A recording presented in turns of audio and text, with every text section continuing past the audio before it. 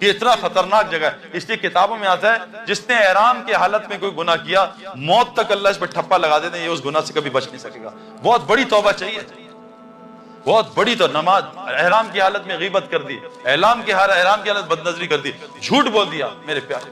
تو پہلا دشمن دنیا کی, اس لیے تبلیغ میں نکالتے ہیں. آپ کو ایک آسان مثال بتاتا ہوں. اب یہ بارش ہوئی ہے نا بڑی شدید, میں پورا گیلا ہوں, جیکٹ پہنی, ٹھنڈ لگ رہی تھی. آپ کی مسجدیں بہت زیادہ ٹھنڈی ہیں, تو میں ٹھنڈ مجھے لگ رہی تھی. اب گاڑی ان کی گیلی ہو گئی ہے, پانی آ گیا. اب جب ہم اس گاڑی میں بیٹھیں گے اس میں بدبو آئے گی جاتے, لیکن 10 منٹ بیٹھیں گے بدبو ختم ہو جائے گی. غلط کہہ رہا ہوں صحیح کہہ رہا ہوں بھائی؟ یہاں کے ٹوائلٹس تو بہت اچھے ہیں, اب ہمارے یہاں ٹوائلٹس میں جائیں بدبو سے بھرے ہوتے ہیں, لیکن 10 منٹ آدمی بیٹھتا ہے پھر میسیجز چیک کرتا ہے, بدبو ختم ہو جاتی ہے. کیوں کہ یوز ٹو ہو جاتا ہے بدبو کا. میرے ساتھ پرفیوم شاپ پہ چلیں, بہت خوشبو آئے گی, 2-4 پرفیوم چیک کی, اب خوشبو آنا بند ہوگا. کافی سونگو, خوشبو آنا بند. یہ تبلیغ کا کام کافی سونگنا ہے. یہ اس کفر اور شرک کے ماحول میں یہاں ایمان نہیں سمجھ میں آئے گا. ایمان کو اس ماحول میں سمجھنا ایسی ہے باتھ روم میں پرفیوم چیک کرنا, کیا کون سا پرفیوم اچھا ہے, کچھ سمجھ میں نہیں آئے گا. ایمان کو بے ایمانی کے ماحول میں, تبلیغ والے کہہ رہے ہیں بے ایمانی کے ماحول سے نکلو. جھوٹ, غیبت, شرک, بت پرستی, فلاں پرستی, 360 بت, تو سب سے پہلے نکالتے ہیں اس ماحول سے. وہ کیوں اللہ نے اصحاب کہف پورے قرآن میں ایک سورت نکال دی. اصحاب کہف نے کیا کیا تھا میرے پیارو؟ انہوں نے اس گندے ماحول کو چھوڑا تھا شرک کے, اور پناہ لی تھی کا غار میں. کیوں؟ اللہ کہہ رہے ہیں جب انہوں نے شرک کے ماحول کو چھوڑا اور ان کی پوجا چھوڑی جن کو انہوں نے معبود بنایا تھا, اللہ نے ان کو غار میں 309 سال سلایا, اور کیا کیا؟ ان پہ اپنی رحمت کو وسیع کر دیا اور ان کے دنیا کے سارے کاموں میں آسانیاں پیدا کر دی. یہ قرآن ہے میرے پیارو. جب آپ اس گندے ماحول کو چھوڑ کے غار میں نہیں مسجد میں پناہ لوگے, اور پھر وہاں جا کے سو گے بھی, اور تلاوت بھی, اور تہجد بھی, اور نفل بھی, اور دعوت بھی, اور ذکر بھی, اذکار بھی, بتاؤ اللہ ہمارے کام کیسے بنائے گا؟ میرے پیارو, ہم کرکٹرز ہم لالچی ہوتے ہیں, ہم پیسے کے لیے ملک کے لیے بھی کھیلتے تھے, لیکن بغیر پیسے کے لیے وقت ضائع کرنا یہ گناہ میں شامل ہو جائے گا. حضرت عمر فرماتے ہیں میں تمہیں 2 کاموں میں لگا دیکھوں, یا تو آخرت بنا رہے ہو یا حلال روزی کما رہے ہو. تو بھائی ہم پیسے کے لیے اگر نہیں کھیلیں گے تو شاید پکڑ ہو جائے, وہ تو مفتیوں سے پوچھنا پڑے گا.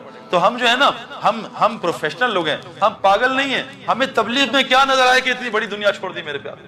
اور میں ابھی فقیر نہیں ہوں, اللہ کے فضل سے ابھی یہاں 2 مہینے پہلے میچز ہوئے تھے 3, اور ایک پلیئر کو $1,00,000 ملے تھے. $1,00,000 چھوڑنا آسان کام نہیں ہے. ہمارے کئی لڑکوں نے چھوڑے, کیوں کہ انہیں اس سے بہتر بہت جگہ مل رہا ہے. بھائی ڈالر کیوں کمانے ہیں؟ اس کی وجہ ہوگی نا, زندگی اچھی ہو جائے. ایک آدمی مچھلی پکڑ رہا تھا, تو ایک آدمی آیا ساتھ میرے جیسا احمق, کہا بھائی خیریت ہے, کیا کہہ رہا ہو؟ کہا مچھلی پکڑ رہا ہوں. کہا اچھا یہ کوئی کام ہے؟ کہاں کام ہے. کہا کتنی پکڑتے ہو؟ کہا 1 گھنٹہ بیٹھتا ہوں. کہا کتنی مچھلیاں؟ کہا 20-25. کہا بس؟ کہا بس نہیں یار بہت ہے, میرے 2 بچے میاں بیوی 10 کھاتے ہیں, 10-15 بیچ دیتے ہیں, گھر چلتا ہے. کہا اچھا تم کام بڑھا دو. کہا کیوں بڑھاؤں؟ کہا کام بڑھاؤ گے 8-10 گھنٹے مچھلیاں بڑھیں گی. کہا تو کیا ہوگا؟ کہا 100 مچھلیاں. کہا میری ضرورت تو 20-25 مچھلی ہے, میں 100 کیا کروں گا؟ کہا بیچ دینا. کہا اس سے کیا ہوگا؟ کہا چند دن بیچو گے, ایک فشرمین ساتھ ہائر کر لینا. کہا پھر کیا ہوگا؟ دونوں پکڑو گے 400 مچھلی آئے گی. کہا میری ضرورت تو 25-30 مچھلی میں پوری ہو, 400 کا کیا کروں گا؟ کہا بیچتے رہنا, ایک یاٹ خرید دینا. کہا یاٹ سے کیا ہوگا؟ کہا 500-1000 مچھلی آئے گی. کہا میری ضرورت تو 20-25 مچھلی میں ہو رہی ہے, میں 1000 کا کیا کروں گا؟ کہا اس کو بیچ دینا, ایک گھر بنانا, AC لگانا, بیڈ روم بنانا, زبردست بیڈ. کہا پھر کیا ہوگا؟ کہا پھر جب بیٹھے گا بڑی زبردست نیند آئے گی. اور رکھ کے ایک منہ پہ چماٹ مارا, کیونکہ ابھی بھی سو رہا ہوں, تو نے اتنا لمبا پروگرام مجھے سونے کا, ابھی بھی سوئی تو رہا ہوں, اتنا لمبا پروگرام 10 گھنٹے 12 گھنٹے دبئی چائنا, کیا کرنا ہے؟ کھانا اور پکانا. اس کے لیے اتنی محنت میرے پیارے. ہمارا کیا مقصد کیا بنا ہے آج؟ مجھے تو افسوس ہوا یہاں کے ریسٹ روم رکھا ہوا ہے, گندے کمرے کا نام ریسٹ روم, یہاں جا کے ریسٹ ملے گا. یہ ریسٹ روم ہے میرے پیارے؟ یہ تو ڈسٹریس روم ہے, اس کو ریسٹ روم بنا دیا. ہماری سب سے پہلا مسئلہ اس دنیا کو نکالیں. اور دنیا پتہ کیسے نکلتی ہے, کیسے نکلے گی؟ بھائی موت کو کثرت سے یاد کرنے سے. میرے ایک دوست کو میں ملا کئی سال بعد, اتنی بڑی داڑھی, اتنی بڑی پگڑی, گھر سے ٹی وی غائب, تصویریں غائب. میں نے کہا بھائی کیا ہوا, خیریت ہے؟ کہ اللہ نے فضل کر دیا. میں کہا بھائی یہ تو 2020 فضل ہوا ہے, اتنا ٹربو فضل میں نے نہیں دیکھا, کوئی اور چکر ہے. کہتا سعید بھائی آپ صحیح کہہ رہے ہیں, میرے سر میں شدید درد تھا, اور درد ہوا تو میں دوائی کہیں صحیح ہوا, ڈاکٹر کے پاس گیا, برین اسکین کرایا تو ٹیومر نکلا. ڈاکٹر نے کہا 6 مہینے بعد مر جاؤ گے. اور میں نے کہا یا اللہ بس اللہ اکبر, داڑھی سارے ریزر پھینک دیا, جلا دی. اللہ آئندہ داڑھی نہیں کاٹوں گا, اللہ ٹوپی کبھی نہیں اتاروں گا, یا اللہ نماز, تہجد, حج فرض, رمضان میں روزے پورے, اور ہر مہینے 2 عمرے, بچیوں کی شادیاں, ہسپتال کو پیسے, مدرسوں کو پیسے. کہا سعید بھائی جتنے پیسے دیے جاؤں وہ 10 گنا. میں نے کہا یہ کہاں سے آ رہے ہیں, میں تو مرنے والا ہوں. تو کہا قرآن نے بتایا 1 دو گے اللہ 10 گنا دیں گے. لو جی اب 6 مہینے گزر گئے, میں ٹھیک ہو گیا, 7 مہینے 8 مہینے کہ اللہ کیا ہو گیا؟ میں تو مرنے والا تھا، میں ڈرا میں نے 2-3 لاکھ روپے صدقہ دیا، 2-4 نفل پڑھنے گیا، اللہ بچا لینا۔ ڈاکٹر کے پاس گیا، چیک اپ ہوا، ٹیومر تھا ہی نہیں۔ تو ڈاکٹر سے میں نے کہا کیا ہوا؟ کہا اس نے جا کے چیک کیا، کہا تمہاری رپورٹ کسی سے مکس ہو گئی تھی، تمہیں کینسر تھا ہی۔ اللہ نے انسان بنانا تھا، موت اندر ڈال دی۔ اگر ابھی آ کے اسرائیل کہتے ہیں کل مرنا ہے، کل آنا ہے تمہیں لینے، تو آدمی جائے گا اگر 1 منٹ ذرا بیوی سے ذرا باتیں کرو، نہیں بھائی یا اللہ بس سجدے میں لے لینا، بس سجدے۔ میرے پیارو، ہم موت کو بھول گئے۔ حضور صلی اللہ علیہ وسلم نے کیا فرمایا؟ جو دن میں 25 دفعہ موت کو یاد کرے گا، اس دن مر گیا، اللہ شہیدوں کی موت اس کو دے گا۔ موت کو کثرت سے یاد کرنے سے دل کا رسٹ اترتا ہے، دل رسٹ ہو جاتا ہے، جیسے لوہے کو پانی لگنے سے۔ اس کا رسٹ کیسے اترتا ہے؟ موت کو یاد کرنے سے اور قرآن کی کثرت سے تلاوت کرنے سے۔ ہمارا دوسرا دشمن کون ہے؟ شین یعنی شیطان۔ اور شیطان ہر اس آدمی کا دوست ہے جو دعوت اللہ کا کام نہیں کرتا۔ یہ آپ کو پکی بات بتا رہا ہوں، دلیل آپ کو دوں گا۔ یہ اذان ہوتی ہے نا، اذان، جتنے مرضی لوگ شور کر رہے ہیں، عورتیں مرد، اذان۔ میں دیندار آدمی نہیں تھا، 5 نمازیں بس دین تھی، میں اور میری بیوی ڈاکٹر تھی۔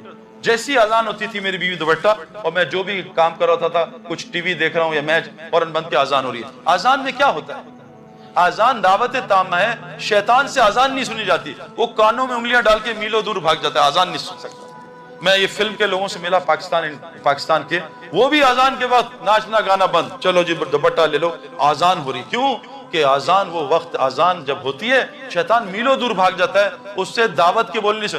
نماز شروع ہوتی ہے، اللہ اکبر، شیطان واپس آتا ہے۔ تلاوت میں، ذکر میں، ہر جگہ شیطان آتا ہے۔ میاں بیوی دین کی باتیں کر رہے ہیں، شیطان آ کے بیٹھ کے ان کو لڑوانے کی کوشش کرتا ہے۔ واحد اذان، اذان کیا؟ دعوت تام ہے۔ جو مسلمان دعوت دے گا، شیطان اس کے قریب نہیں آئے گا۔ آج مسلمانوں سے دعوت اللہ چھوڑ گئی۔ یہ مسلمان کا مقصد تھا لوگوں کو اللہ کا تعارف کرانا۔ اللہ قرآن میں کیا کہہ رہے ہیں؟ اللہ قرآن میں کہہ رہے ہیں میں داعی ہوں، واللہ یدعو الی الدار السلام، اللہ دعوت دینے جنت کی طرف، اللہ داعی ہیں۔